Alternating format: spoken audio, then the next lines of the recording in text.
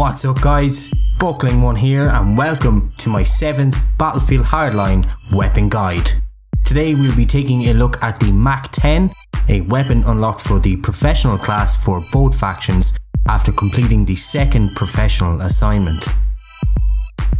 The Mac10 is a machine pistol that was manufactured in the early 1970s by Military Armament Corporation and was designed by Gordon Ingram, sometimes referred to as the father of the machine pistol. The Mac10 is chambered in either 45 ACP or 9mm cartridges and was a truly groundbreaking design for its time. Although it is officially no longer in production, the success of the Mac10 has been copied by various other arms manufacturers such as the South African BXP and Brazilian N-Arm SMG. In-game damage for the Mac10 comes in at 23, which is the lowest of all the machine pistols. This will drop off to a minimum of 14.5 at a distance of 30 meters, although damage drop off does start at a mere 6 meters.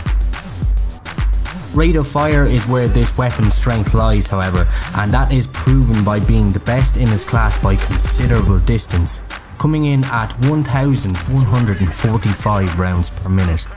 This is blazingly fast and is very apparent whenever you get to use the Mac10.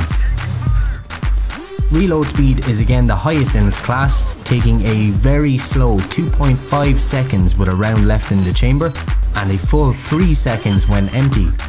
This is a serious disadvantage to the weapon, especially considering its very low default magazine capacity of 16, but I can see that it has been designed like this in an effort to balance the weapon. Recoil is quite similar to the G18C and can be quite difficult to manage, especially at range. The Mac10 will kick heavily upwards and will also have a tendency to kick reasonably heavy equally to the left and right. This is not helped by the first shot multiplier of 2.4 either. For attachments, I highly suggest that you rock the compensator once you unlock it, as this will greatly help with the upward spread of the Mac10, allowing you greater control over the weapon. This can also be used together with the stock as an accessory, which comes by default on the Mac10 and can also help to reduce the recoil. Personally, I use extended mags as an accessory, as I feel you run out of ammunition way too quickly given the insane rate of fire on the Mac10, so it's always helpful to have some extra rounds in the magazine, especially as the reload speeds are quite slow.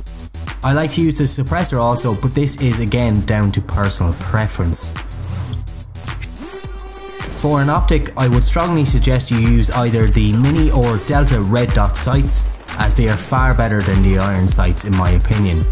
While I really do appreciate that the iron sights are very unique to the Mac10, I find that they are quite obstructive to your vision, which is something that far outweighs aesthetics in terms of importance.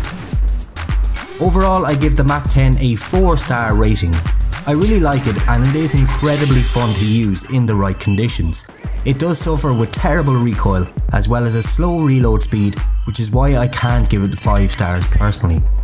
Overall though, when up close and personal, you will be able to destroy enemies with the Mac10, blowing them away with your far superior rate of fire, and that is something that I do find highly enjoyable.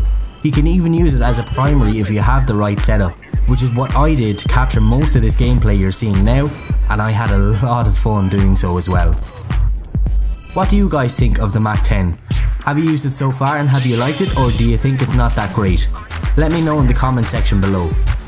Also, make sure to leave a like if you enjoyed this video, and make sure you subscribe by clicking the button on screen now to see my future weapon guide videos, which I will add to a playlist as well to make it easier to watch. Links will be on the screen now and also in the description. As always guys, thanks for watching. This has been BucklingOne, and I'll see you in my next video.